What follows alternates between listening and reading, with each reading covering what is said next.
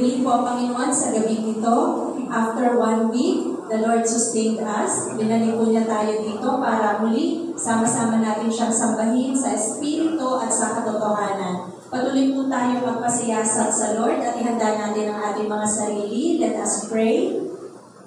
Panginoong Diyos na mabuti sa lahat, papuri, pagsamba, parangal, Panginoon ay para sa iyo lamang. Ang lahat ng papuri, O Diyos, karapat-dapat na ikaw lamang ang tumanggap. Maraming salamat po, O Diyos, sa pagkakataong ito na muli tinipon niyo po kami sa lugar na ito upang ikaw ay aming sambahin. O Panginoon, maraming salamat because you sustained us with life and strength, O God, and you allowed us to once again gather tonight to worship your holy name. O Lord God, we are grateful for your love. We are grateful for the many blessings you give to us. Lord, we are unfaithful. We are undeserving.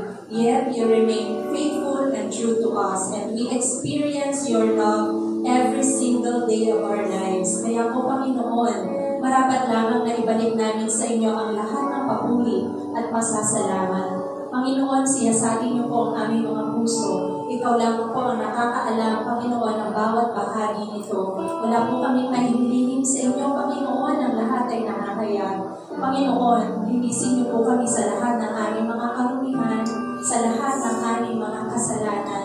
Forgive us, Lord, for all our unrighteousness, for the wrong things that we have said and done.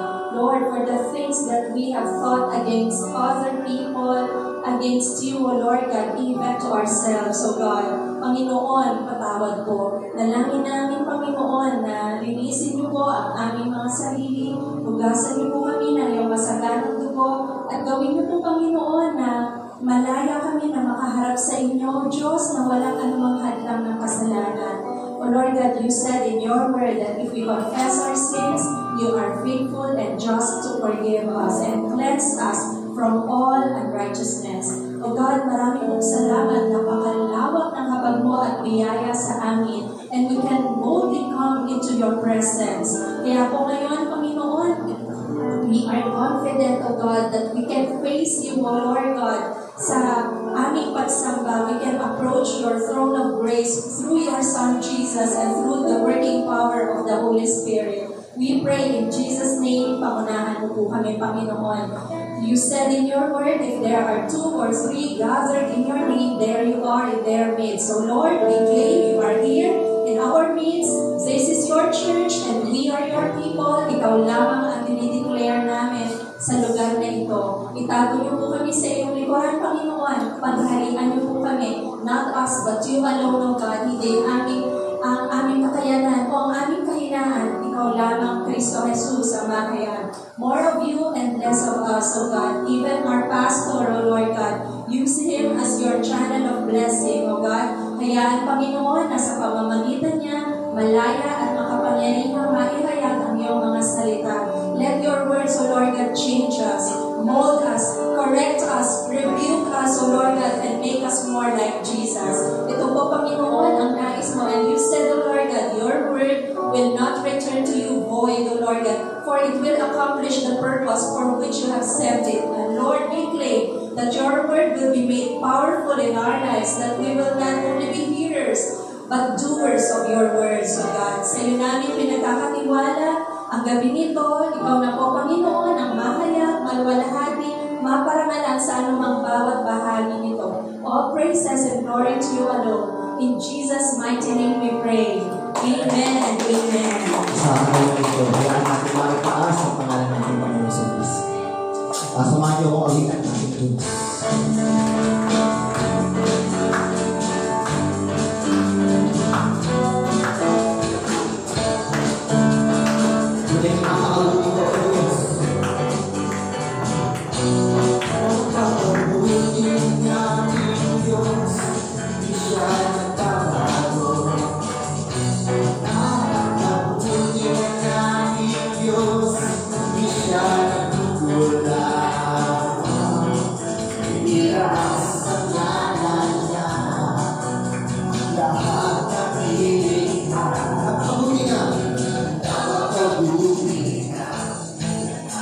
Dios,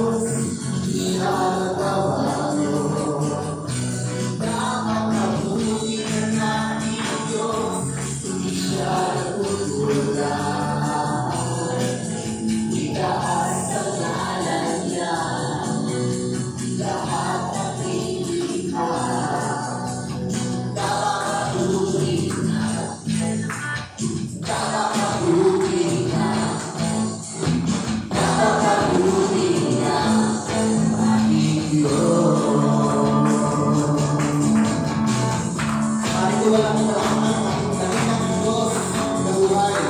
Kaya natin kumaitaas sa kanyang pangalan ngayon.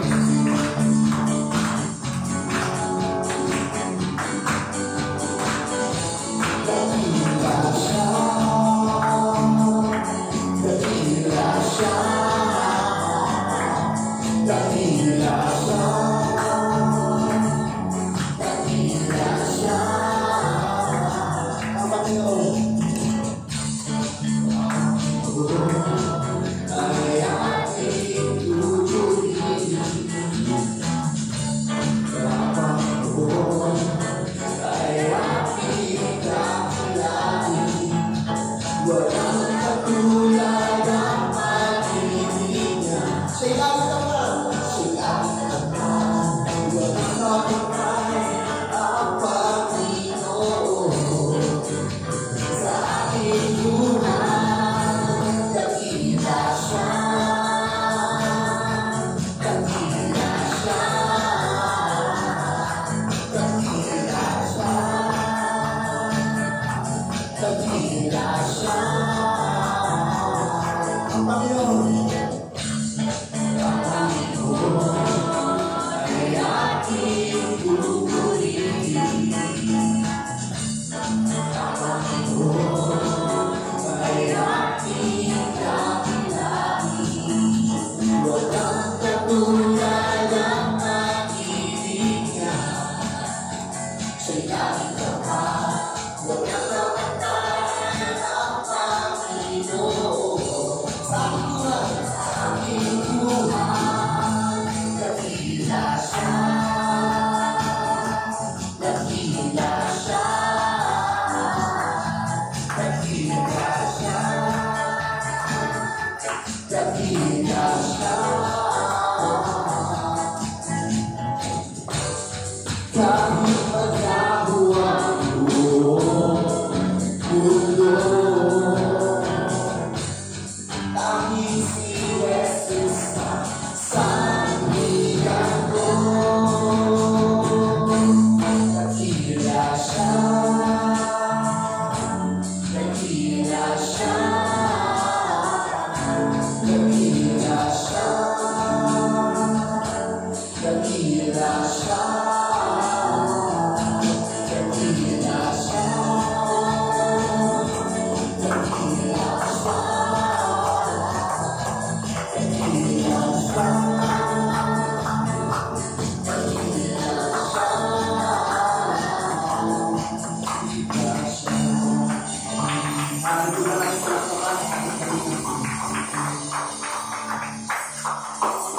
Sa galing pong ito mga kapatid, hayaan ko natin ilagay yung ating sarili sa diwa ng pagsama. Sabi nga po sa John 3:16, gayon na lamang ang pag-ibig ng Diyos Ama sa sanlibutan. Kaya ibinigay niya ang kanyang bugtong na anak na si Jesus para ang sumampalataya sa Kanya ay hindi mapahamak, kundi magkaroon ng buhay na wala. Tunay nga ang Diyos ay nakila sa ating buhay. Tunay nga tayong inibig. Binigyan niya tayo ng biyaya, sudulang biyaya na makakamit natin kung tayo ay mananampalataya sa Kanya. Ang biyaya nito ang Panginoong Kristo.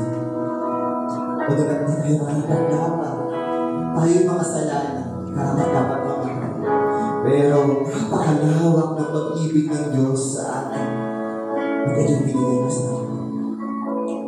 Kaya sa dahil ito, hayaan natin sa dahil ng Diyos.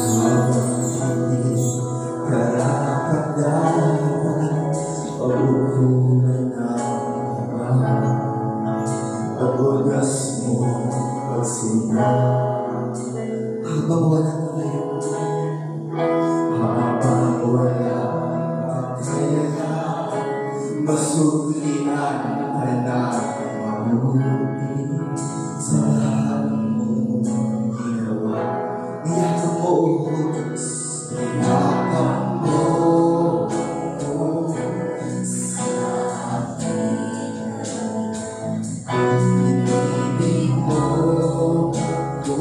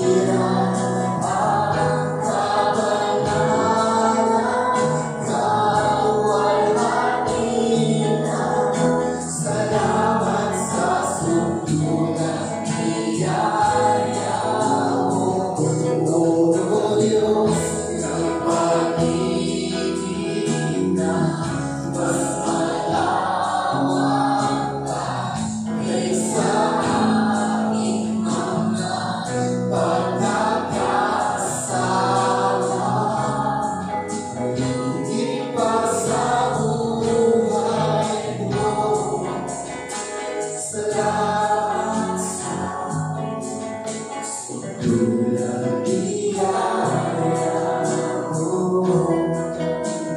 pa natin gawin na natin ito habang hindi narapat na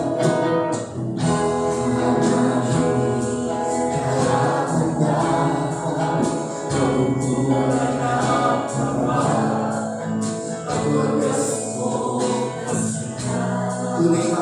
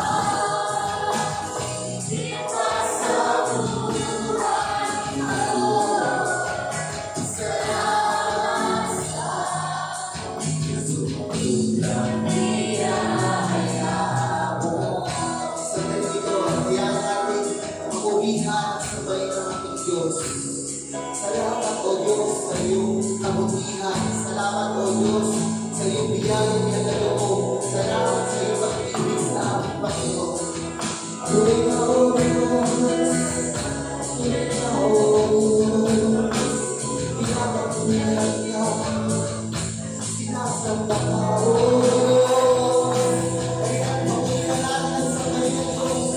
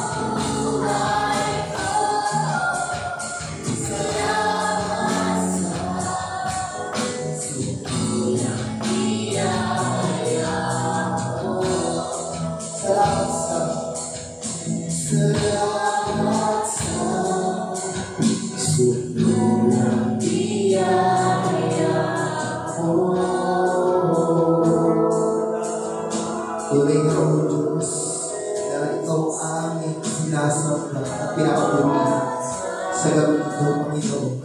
Salamat, Panginoon, sa sundulang biyan. Salamat, Panginoon, bagamat kami hindi dapat, pero kami inibig mo, Panginoon. At sa pamamagitan ng aming pananampalataya sa Panginoong Kristo, kami maliligtas. Panginoon, di namin alam kung paano namin masusundian ang iyong kabuhian sa amin. Pero Panginoon, naririto kami, handang sumunod, handang magpasakop sa iyo, Panginoon. Kung di man kami karapat-dapat, Panginoon, pakainis mo kami, Panginoon. Sa gano'n, kami malayang makasama sa iyo, sa Espiritu at sa katotohanan. Kalooban palagi ang masunod sa aming mga buhay, Panginoon. Ito po aming dalangin sa mga paghingang pangalan ni Jesus. Amen.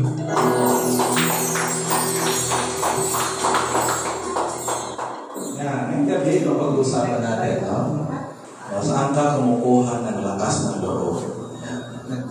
Saan ka kumukuha ng lakas ng loob? Sabi kasi doon sa isang balita, sa GMA 7, 57% of Filipinos said that they are feeling lonely. 57%, mataas yun.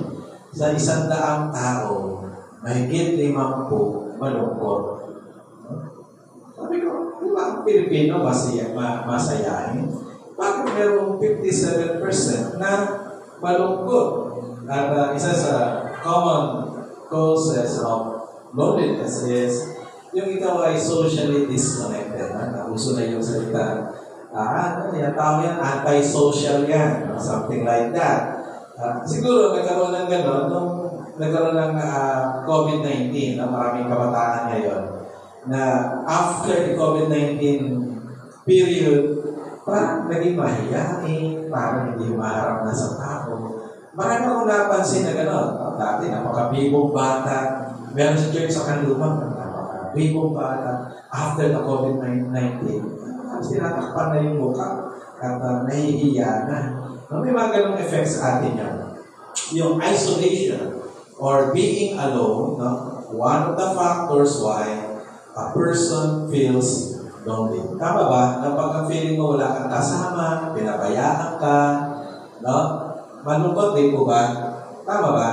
Yung feeling na napabayaan, talagang may ganong malungkot. Kaya, itong loneliness, if not dealt properly, it will lead to a more serious problem. Diba? Yung maraming merong nagkakaroon ng heart disease, nagkakaroon ng ano pang mga sakit ng depression, anxiety, dahil doon sa problema na akala niya nag-iisa siya at wala nagmamahal sa kanya at siya nalulungkot. So, kailangan natin itong pag-usapan. At si Pablo, sa kanyang ika-4 na sulat sa mga taga-Korinto, siguro ika-4. Di ba? 2 lang sulat ni Pablo. Bakit may ika-4? Maraming sulat si Pablo. Ang nakalagay lang sa Bible, 1 Corinthians and 2 Corinthians. But, ang totoo, marami yun. Pinag-combine. Siguro yung 1 Corinthians combination of 3 letters. Yung 2 Corinthians combination of 2 letters, really. Pag pinag-aralan siya. Pero ito, pang-4 na sulat ni Pablo sa mga taga-Korinto. At ina-address niya rito yung the same situation ng mga believers kasi meron silang tatawag na relational problem, away-away sila at dahil doon, anong tendency ng hindi maganda relasyon to separate from each other. Tama, no? Pag hindi mo kasundo yung isang tao, ang ginagawa mo, nagpukulong ka sa kwarto, o humihiwalay ka. At doon ka nagkakaroon ng overthinking hanggang sa sabihin mo, ang lungkot ng buhay. Pero ang tagang punot-dulo talaga, inihiwalay mo yung sarili mo. Yun ang punot-dulo ng ka. Kasi we are social being. Tama po ba? Yung talaga ang pagkalikha sa atin ng Diyos. Hindi tayo nilikha ng Diyos para mag-isa. Sabi naman niya ng Panginoon kay kay Adan at kay Eva, no? Kay Adan, sabi niya, no? Hindi maganda na si Adan ay mag-isa. Kaya kailangan magkaroon siya ng kasama. Bakit? Kasi nga, yun talaga ang pagkalikha sa atin ng Diyos. We are social being. At pag binasa mo yun, huwag na magkakaroon ng tatawag na loneliness. Tama ba? Tama ba? So, yun yung nangyari ngayon doon sa mga taga-Korinto na nagkakabahabahagi sila at nagkaroon ng problema sila sa kanilang mga relationship with each other. Okay, basahin natin 2 Corinthians chapter 1, verse 3 and the following. Basahin natin ang sabay-sabay. Sige po, sabay-sabay natin basahin. Purihin natin ang Diyos at Ama ng ating Panginoong Jesucristo, ang Ama ng kahabagan at Diyos na pinagmubulan ng lahat ng kaaliwan. Verse 4. Inaaliw niya kami sa aming mga kapighatian upang sa pamagitan ng kaaliwang tinanggap natin sa Kanya ay maaliw naman namin sa mga nahahapis. Verse 5. Sapagkat kung gaano karami ang aming paghihirap dahil sa aming pakikipag-isa kay Kristo, gayon din naman karami ang aming kaaliwan kay Kristo. Kung naghihirap man kami, ito'y para sa ika-aaliw at ikaliligtas ninyo. Kapag naaaliw kami, kayo may naaaliw rin at lumalakas upang inyong matiis ang mga kapigatiang dinaranas ninyo, kaya't matibay ang aming pag-asa para sa inyo. Sapagkat alam namin kung paano kahati kayo sa aming kahirapan, magiging kahati rin kayo sa aming kaaliwan. Kung pagmamasdan niyo, you will observe yung chapter 1, verse 3 to verse 7, umikot lang sa dalawang salita yung mga verses. Napansin niyo?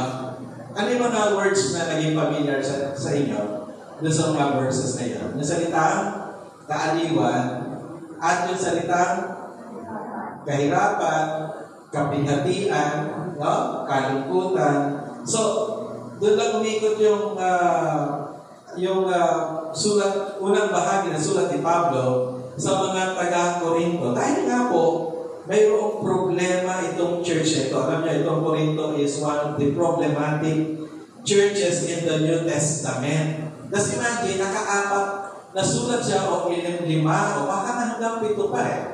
Baka iba hindi na na-retrieve. Tapos nga nakabay yung mga nakapagtrabaho na. Yung nakatanggap ng mga memo, kapag pasaway ka, yung memo mo nagpapakong tao. Di po ba? Yung memo mo, halos nagpapakabot eh. Parang gano'n, no? Si Pablo, sa kanyang pagsulat sa mga taga-Korinto, hindi pagsulat na parang masaya. Kundi pagsulat na laging mayroong parang may reprimand, may pagsaway, no? At talagang hindi maganda yung sitwasyon ng iglesia dito. At yun nga, isa sa problema is yung kanilang relationship, no? Medyo hindi sila nagkakasundo-sundo, no? And you know, even Paul is not exempted, no? Doon sa problema sa Korinto dahil may mga miyembro dito na hindi rin gusto si Pablo. Okay? Ang hirap na, no? Ikaw nagsimula ng church, pero ayaw sa'yo. Parang hirap ba? Di ba? Ano ba? Mangyari sa akin doon sa Kanluba, sa Kalamba. Mas ayaw na namin sa iyo. After all the years, no? Ikaw nagsimula. Mahirap kay Pablo yun. Nakakahirap mo kay Pablo. Siya ang pioneering pastor ng Corinthian Church. And yet, tight siya. No? Hindi na nakaligtas sa mga bagay na. Tingnan niyo.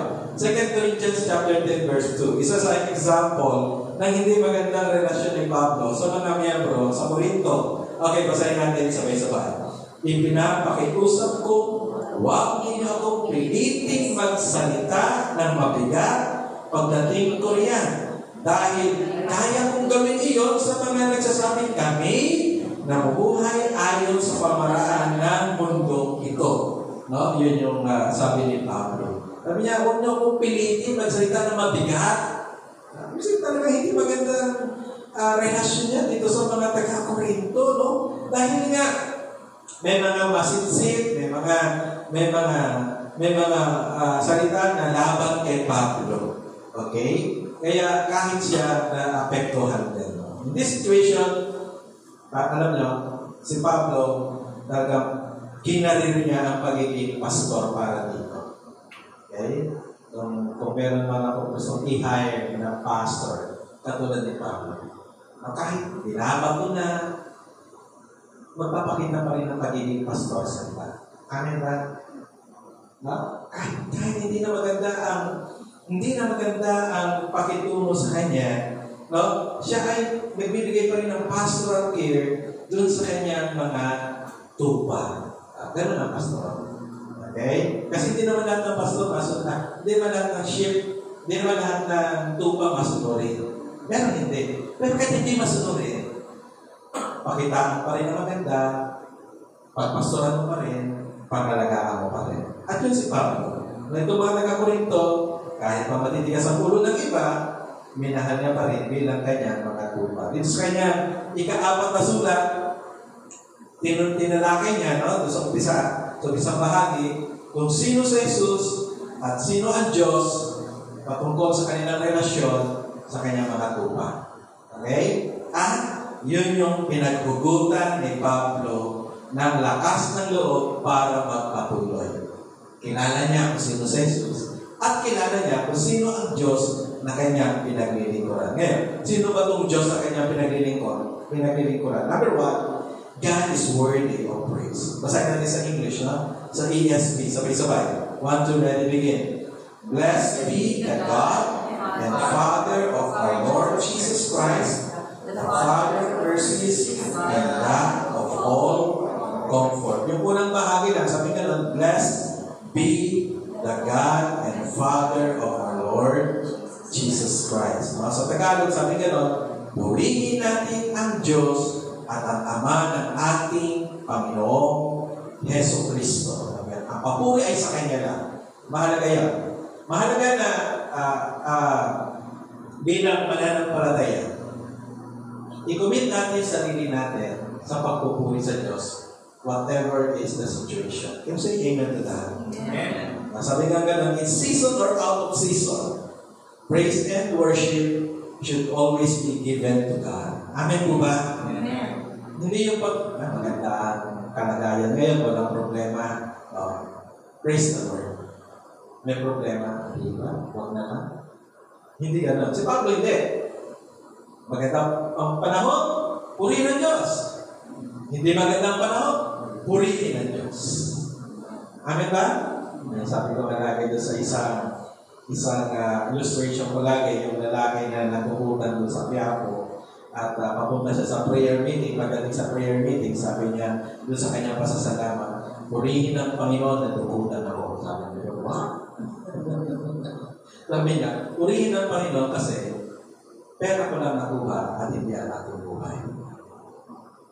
Pwede ka pa rin maghanap ng bagay na ipagpapasalamat mo sa Panginoon kahit sa mga panahon na hindi maganda. Tama po ba? Si Pablo hindi maganda karanasan niya rito sa Korinto, pero sabi niya, blessed be the Lord God. Purihin ang ating Diyos. Paul is reminding them that even in their worst situation, praising God must be the priority. Dapat yun ang priority. Ang pagsamba sa Panginoon ay prioridad. Kasi ang mga Kristiyano, pag hindi na maganda ang panahon, nakatamad naman magsamba. Kasi, di ba? Pero hindi, priority yan. Kahit ano mangyari, kailangan akong magpupuri sa Panginoon, sasamba sa Panginoon, dahil karapat-dapat siya sa mga bagay na iyon. Amen po ba? Now, the word blessed here, sa Greek is eulogetos. Dito galing yung word na eulogy. Di ba? Pag mayroong mga namayapa, nagbibigay tayo ng eulogy. Tama? Papuri. No? Pinapapurihan. Nung buhay pa, walang papuri. Nung namatay na, ang daming papuri. Di ba? Kaya nga sabi ka lang, lagi ako meron nakabasa mga posts sa Facebook na habang buhay pa, no, ang iyong mga magulang. Di ba? Pakita mo na ng maganda dahil hindi mo siya habang buhay makakasama. Diba? Hindi yung, diba, nawala na yung magulang mo sa kakapasal. Oh, sayang hindi kita nakasama. Diba? Dito, sabi ka nun, yung eulogy hindi sa tao, kundi sa Diyos. No? God is entitled to receive praise, no, from man. No? Papuri galing sa tao. Hindi ito ginagamit to anyone, but only to God and the Lord Jesus Christ. Kaya nga, pag may tatawag tayo, halimbawa, okay, tawagin natin na magbibigay ni special number, si kapatid Pastor Ariel. Purihin ang Panginoon sa kanyang buhay. Hindi yung purihin si Pastor Ariel. Kasi kayo yung ito, binibigay lang sa Diyos at hindi sa tao. Amen ba? Kahit pa kanino, kahit pa napakabait na tao, napakagaling na tao, laging purihin ang Diyos sa kanyang buhay. Only God is deserved, no, to receive this kind of commitment, no, and good acknowledgement. No, yung recognition sa kanya lang. Amen po ba? Meron tayong ginagamit na blessed din para sa tao. Pero hindi yun. Another kind of blessing. Sa Greek, ang tawag doon, tingnan ninyo. Sa Greek, ang tawag doon, Makarios. Yung pag sinabi mo, God bless you, that's another Greek word. Makarios. Yun yung ginagamit sa tao. Kasi minsan nalilito tayo, bakit binabless ang Lord? Bakit kinakanta natin, bless the Lord, oh my soul, oh my soul. Diba? Bakit bless the Lord? Binabless ba ang Lord? No. Ibang Greek word yun. Yun yung papuri sa Kanya. Pero pag sa tao, Makarios. Ang ibig sabihin yan, may experience happiness, no? Yan. Ibig sabihin na, no? Happy, fortunate, or blessed. So, minsan ang tawag pa natin favor. Minsan ang tawag natin shalom. Di ba? At kaya ginagamit natin ito as greeting. Pwede natin gamitin greeting doon, no? Yung word na blessed. Makarios. Di ba? Okay, therefore, in every season, we believers are committed to give all the praises to God alone. Amen po ba? Amen. Lahat ng papuri, lagi sa Diyos. Okay? Kapag ganoon, sa panahon ng kalungkutan, naalala mo, hindi nga pala ako mahalaga. Mahalaga siya. Tama po ba? Sa panahon na masyado ka na self-centered, huwag naman ako, huwag naman ako sa akin. Ang nasa ito ka ng panahon, isipin mo, hindi ikaw ang mahalaga. Kundi ang Diyos. Amen po ba? Amen. And He's worthy of praise. And He deserves our praises. Amen po ba? Pangalawa, God is compassionate. See, yun doon pa rin doon sa verse 3 pa rin. Basahin natin sabay-sabay ulit. Okay, sabay-sabay. Blessed be the God and Father of our Lord Jesus Christ, the Father of mercies, and God of all comfort. Siya yung Ama ng mga kahabatan. Sa Tagalog, 2 Corinthians chapter 1 verse 3. Siya ang Ama ng kahabatan. Okay? Sa panahon ng pananalangin, no?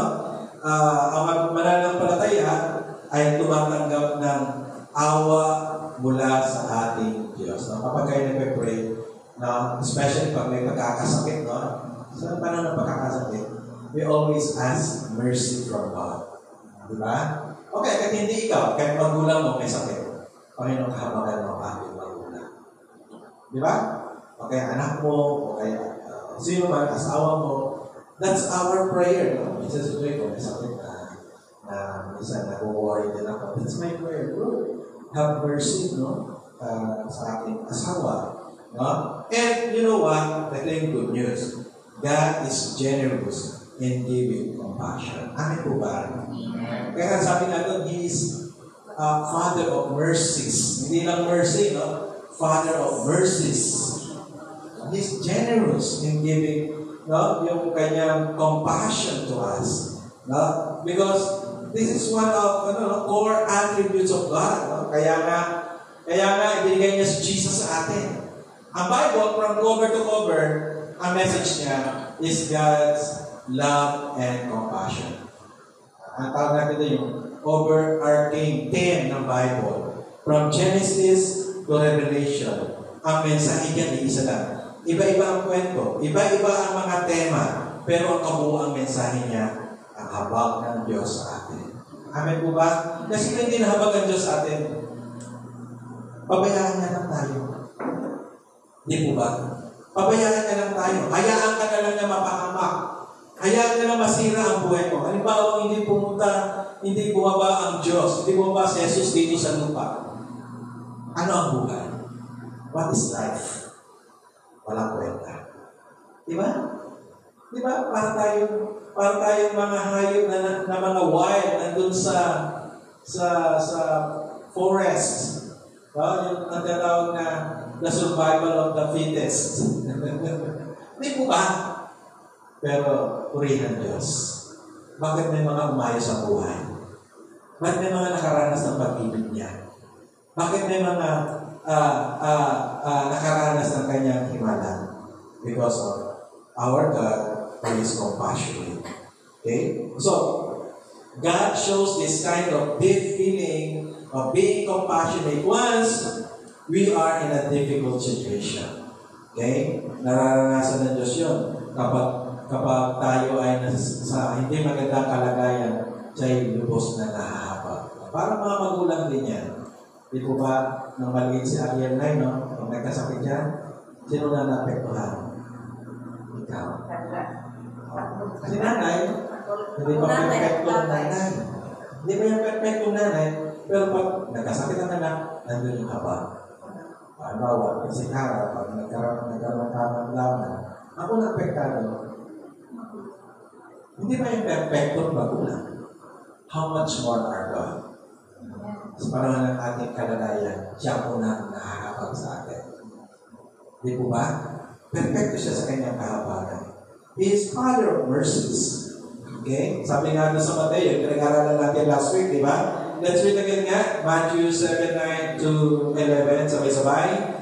Bibigyan ba ninyo ng bato ang inyong anak kapag siya humihingi ng tinapay? Bibigyan ba ninyo siya ng ahas kapag siya humihingi ng isla? Verse 11, sabay-sabay. Kung kayo masasama ay marunong magbigay ng mabubuting bagay sa inyong mga anak, gaano pa kaya ang inyong Ama na sa langit? Bibigyan niya ng mabubuting bagay at sino mang humihingi sa Kanya. Amen po ba? Amen. Diba? Kung yung mga masasama marunong magbigay ng mabuti sa kanilang mga anak, gasino ba ang ating Ama? No, sa langit. Siya perfecto sa kahabagan. God in His compassion will not ignore His children who are in need of His mercy and grace. Hindi ka lalapasan ng Diyos. Hindi ka titiisin ng Diyos. Sa iyong kalagayan, nandiyan ang kanyang sakulong. So, nalulungkot ka, huwag ka malungkot, nandiyan ng Diyos. Perfecto sa kanyang kahabagan para sa iyo. Amen po ba? Hindi ka nag-iisa. Okay? Pangatlo. Mas eksakto to. Sabi nga naman, God is the source of charity. Sabi nga, God is the source of charity. Balikan ulit natin yung verse 3 sa English. Sabi, blessed be the God and Father of our Lord Jesus Christ, the Father of mercies, God of all comfort. Not only God of comfort, God of all comfort. Sa Tagalog, yung kulay-pula ng Diyos na pinagmumulan ng lahat ng kaaliwan. Sa Kanya galing yung kaaliwan. Sa Kanya galing yung encouragement. Sa isang banda, yun ang meaning niya. No? Sa Kanya nagmumula yung encouragement. Kapag sa panahon na ikaw ay nalumulila, na lulumbay, napipighati, galing sa Diyos ang kaaliwan na pwede mong matanggap. Si Pablo, naintindihan niya. Alam niya ang ibig sabihin that God is the source of all comfort. Alam niya yun. Dahil siya mismo nakaranas ng kapighatian. Grabe ang kanyang kapighatian. Dito nga sa talatang binasa natin, di ba? Ang dami niyang binanggit yung salitang kapighatian. Sige, verse 4, yung kulay-pula lang, basahin natin. Inaano niya kami sa aming mga kapighatian. Verse 5, kung gaano karami ang aming paghihirap. Verse 6, kung naghihirap man kami. Verse 7, kung paano karami kayo sa aming kahirapan. Hindi na nawala sa bibig niya yung salita niya. Ika nga, paano naman ang puso? Diba? Hindi na sa bibig. Hindi niya tinatandi. Hindi siya nagbabalat kayo. Hindi siya nagpapanggap na hindi nahirapan. Kaya siya itatawag na isa sa mahusay na apostol, pero siya sabi niya, nahihirapan din ako. Diba? Alam niya ibig sabihin ng kahirapan? Alam niya ibig sabihin ng kapighatian? Alam niya yun. At lalo niya pang ipinaliwanag ito, itong kahirapan na ito, mas pinaliwanag niya ng detalyado. Sige, tingnan natin. Sa chapter 11, verse 23. The same book, no? The same letter. Doon lang sa chapter 11, verse 23, and the following, ito mabasa natin. Let's read together. Sila ba'y na malingkod ni Kristo? Mas mabuti akong lingkod ni Kristo kaysa kanila. Para akong isang baliw na nagsasalita ngayon. Higit ang aking pagpapagal kaysa sa kanila. Mas maraming beses ako nabilanggo, hinagupit ng napakaraming beses. Yung mga karanasan iyon. Okay? So, talagang si Pablo, nakaranas ng mga bagay nito, hindi dahil masama siya, kundi dahil sa Ebanghelyo. Di po ba? Tayo, minsan magtatampo tayo kapag gumawa tayo ng mabuti at masama ang balik sa atin. Magtatampo tayo. Pero si Pablo, sabi niya, grabe, nabilanggo, hinagupit, no? Madalas na pinapahirapan. Ito, verse 24. Sige, sabay-sabay. 5 beses akong tumanggap na 30 siya nakagupit mula sa mga tudyo. Hinagupit. Verse 25. Sige nga po, sabay-sabay. 3 ulit akong naranasan hagupitin ng mga Romano at minsan pinagbabato. 3 beses akong naranasan mawasak ang batong aking sinasagad at minsan buong araw at gabi akong lulutang-lutang sa dagat. Sabi yung karanasan niya, no?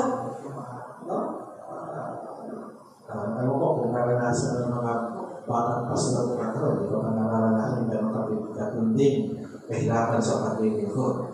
Di ba? Verse 26, sabay-sabay. Sa malingit kong paglalakbay, nalagay ako sa iba't ibang panganib. Sa mga ilog, sa mga tulisan, sa aking mga kababayan, at sa mga hindi, mga panganib sa lungsod, sa ilang, sa dagat, at sa mga huwag na mga tagapagturo. Verse 27, naranasan ko rin ang labis na hirap at pagod, malimit na pagpupuyat at matinding gutom at uhaw. Naranasan ko ang ginawin, ngunit wala lamang maipalaban. Verse 28, bukod sa lahat ng ito, ay araw-araw ko pinapasan ang mga alalahanin para sa lahat ng mga iglesia. So, physically, mentally, Paul is suffering. Marami, no? Pero, ano sabi niya? Ayaw ko na. Paano yung mga magagawa ngayon, no? Paano? Ito tayo, pakita malayo. Ano pa? Ito kami, nakakotse. Pakita nakakotse, may bus na aircon. MRT. Diba? Pag kumangal kayo, bubuhay muli si Pablo. Pero hindi pa rin natin ginagawa na maayos ang ating paglilingkod. No? Pero si Pablo kakaiba. Kakaiba si Pablo. Kakaiba si Pablo. Yung karanasan niya, kung sa iba, umayaw na. Hindi na naglingkod. Hindi po ba? Pero, bakit niya nagawa ang lahat ng ito? Siya kumukuha ng lakas ng loob. Di ba? Sabi nga sa verse 29, kapag may nanghihina rin ako, at kapag may nahulog sa pagkakasala, labis kong itinagagali. No? Alam nyo, in everything he experienced, Paul still declared that God is God of all At sa dami ng kanyang karanasan, sabi niya pa rin, ang Diyos ang pinanggagalingan ng lahat ng kaaniwan. Malikit na porsyento, wala tayo doon sa kanyang karanasan. Bakit niya nagawa ito? Ito yun. He experienced God's presence by His side through thick and thin. Kapag karanasan mo, kasama mo ang Diyos, ito na mangyari, hindi ka bibitaw. Pero kapag madali ka bumitaw, ibig sabihin, hindi mo nararanasan na kasama mo ang Diyos. Di ba? Siya humubot ng kanyang lakas. Kasi may kasama siya ang ating Diyos. Amen? God is His comfort. Or, nung nasa Greek, original, yung comfort doon is parakleseos. A person who always stands close beside Him to provide aid and encouragement. Ang ibig lang sabihin, kahit sa anumang karanasan niya, hindi siya iniwan ng Diyos. Nandoon lagi para siya tulungan, para palakasin ang kanyang loob. Grabe yung kalapitan niya sa Diyos, no? Sana maranasan din natin kayong karanasan na sobrang lapit mo sa Diyos na ano man ang kahirapang karanasan mo, parang baliwala na because you're always with God. Diba? No? Siya yung Diyos na hindi lang niya pinag-aralan sa theology. Diba? Hindi lang teolohiya eh. Ito ay karanasan ni Pablo. Diba? Karanasan niya. Habang siguro hinahalapit siya. Pinapano siya. 39 na. 39 na asos. May bumulong sa kanya. Don't worry. Hindi na likod mo ang ina. Pas likod mo na. No? Habang binabato siya, may bumulong sa kanya. Don't worry. Hindi na ikaw ang tinatamaan. Ang tinatamaan. Diba yung sa footprints ng Dasan, no? Lord, sabi niya, iniwan mo na ako. Dati dalawa yung marka. Ngayon, isa na lang. Hindi kita iniwan. Hindi mo na kaya. Pasan kita. Pasan kita. Yan ang karanasan ni Pablo. He is God of all comfort. Paano siya napagpatuloy? Dahil sa Diyos na kasama niya. Saan napupunta na kasi Pablo? From God, His word of praise. From God, His compassionate. And from God, who comforts. Mga kapatid, siya ang ating Ama, tayo ay kanyang anak. Ang ating Ama, hindi na papapaya sa kanyang mga anak. Sa panahon ng pagsubok, laging laan ang kanyang pag-aalok sa akin. Hindi ka nag-iibsa. Walang umiiwan sa iyo. Nandiyan siya sa iyo pa rin. It's always giving comfort to us in times of needs. Tanda po kayo. Ihanda natin yung mga sarili para sa matanda na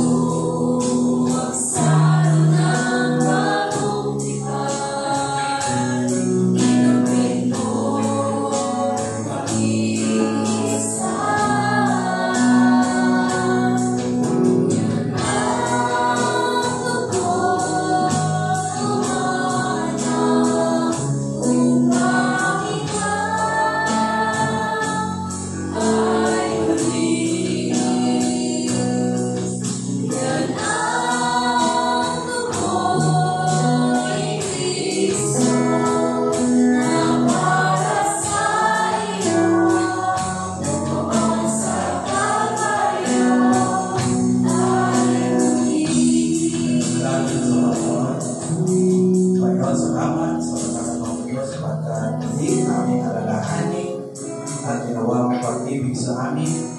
2,000 taon na nakaraan mula sa langit, umalito pa sa lupa, para ialay ang iyong sarili sa amin. Tubusin kami sa iyong pagkakasala, iligtas kami, at ipawalang sala. Salamat po, Panginoon. Magpalain naman tinapay na simbolo ng iyong katawan, at saro na simbolo ng iyong dugo, Panginoon, salamat po. Tunay na dakila ang pag-ibig mo sa amin. Nagsakripisyo ka alang-alang sa amin. Natawasan ang pagtanggap ng mga elementong ito, muli kami sumunod, lumakas, sa aming pananampalataya at naglilingkod sa inyo. Ito po ang aming panalangin sa pangalan ni Jesus. Amen. Tuwakan namin tinapay. Sapagkat at tinanong ko mula sa Panginoon, ang siya namang itinatagubilin ko sa inyo, na ang Panginoon Jesus ng gabing siya ipagkalyo ay kumuha ng tinapay at pagkatapos magpasalamat, pinagputol-putol niya ito at sinabi, ito ang aking katawan para sa inyo. Gawin niyo ito bilang pag-alaala sa akin. Sabay-sabay natin kanin, magpasalamat tayo sa Panginoon.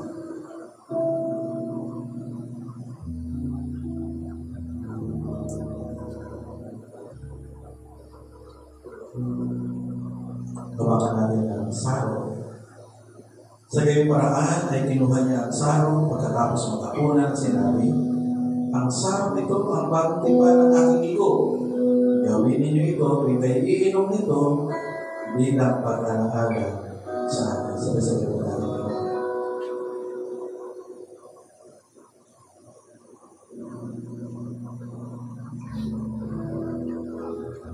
Yan, masalamat sa Panginoon.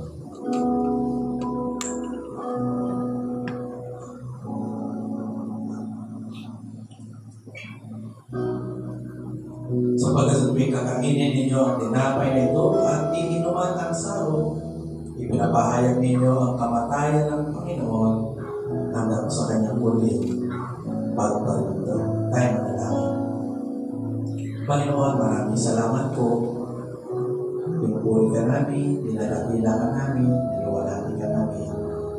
Bilang isang iglesia, bilang isang church, ang City of Hope, Marikina, kami ay sama-sama nagsa-celebrate ng iyong kabutihan, ng iyong pag-ibig. Kami ay sama-sama nagdiriwang ng kaligtasang bigay mo sa amin. At ang kaligtasang bigay mo sa amin, hindi lang kaligtasan ng aming espiritu at kaluluwa. Kasama rin tayo ng aming buhay dito sa lupa.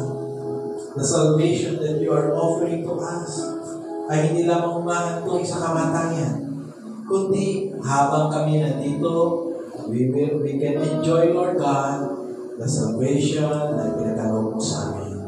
Salamat po, Panginoon, dahil ang sino mang nag-ipag-isa kay Kristo ay isa ng bagong nilalang. Wala na ang dating pagkatao sapagkat siya ay bago na. Panginoon, salamat po. Kaya, Panginoon, sa oras ito, hayaan ang bawat isang mga anak po ay magkaroon ng kagalakan sa puso. Punin mo ang kagalakan ng aming puso. Punin mo ang kagalakan ng aming isipan. Sapagkat si Kristo, na aming Panginoon, ay naglagak ng kanyang buhay doon sa krus sa Kalbaryo para sa amin. Panginoon, minsan pa kami sama-sama sa iyong manalangin. Nanalangin ang bawat isang narito. Pagpalangin, O Diyos, ang mga anak mo na magdiriwang ng karawan sa buwan na ito, pagpalain ang mga anak mo na naghahanap buhay, mga anak mo na nag-aaral, mga anak mo na may mga lalahid sa buhay, Panginoon. Ikaw ang patuloy na sumaklolo sa kanila. Iparanas mo sa kanila ang iyong kahabagan, Panginoon.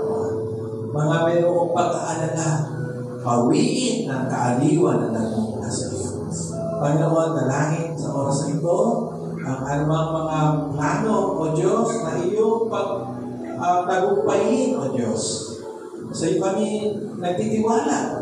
Sa iyo kami nananahan.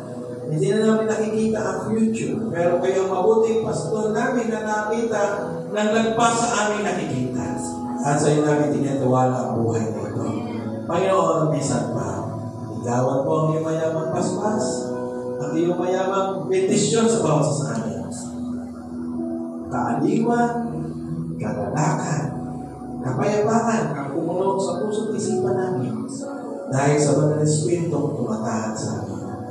Ipagkaloob lahat ng mabubuting bagay na kailangan namin sa bawat araw.